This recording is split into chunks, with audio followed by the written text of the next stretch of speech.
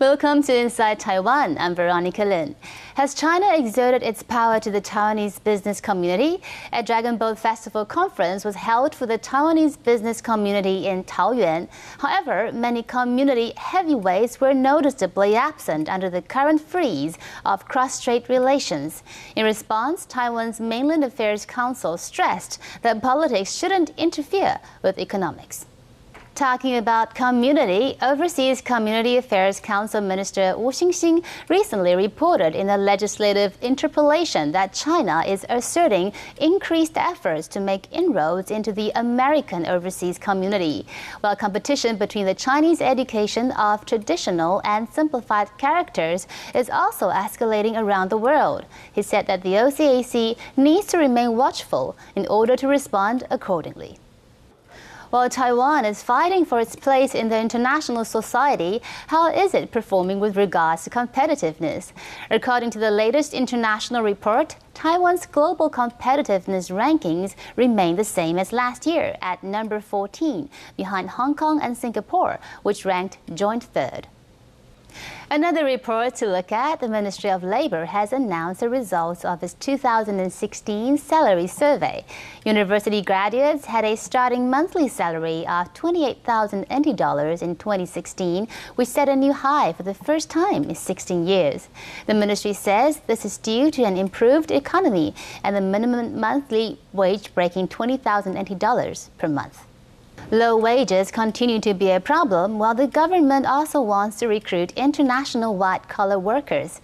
A draft legislation for foreign professionals' appraisal and employment was hence proposed. However, the draft proposes that foreign students can work as interns for 2 years, which leads to suspicions of work disguised as internships.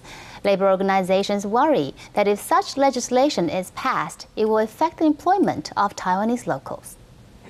The Kuomintang chairperson election is over, but an internal power struggle continues to simmer. Recently, several Central Standing Committee members threatened to freeze outgoing chairperson Hong Xiuzhu's authority to nominate Central Committee members. Meanwhile, Hong said through advisors that she is willing to resign as chairperson ahead of schedule in July. A change of blood is happening in the Kuomintang party, while there's also a change of uniform for the military police. The 211th and the 332nd Police Brigades are responsible for the security of presidential office and presidential residence, respectively. They recently changed uniforms to black service uniforms with military police written on them in Chinese and English, so that the public can identify them as military police.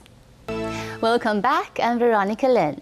Following the historic same-sex marriage constitutional ruling last week, Yunlin County Deputy Council Speaker is now working on an impeachment case against the 14 Grand Justices who ruled in favor of the case. But experts in the law say the case has little ground.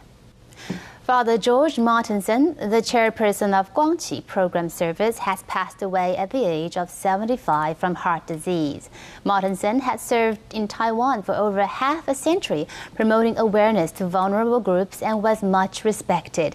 He was originally scheduled to receive his Taiwan National Identification Card on June 1st in recognition of his service to Taiwan.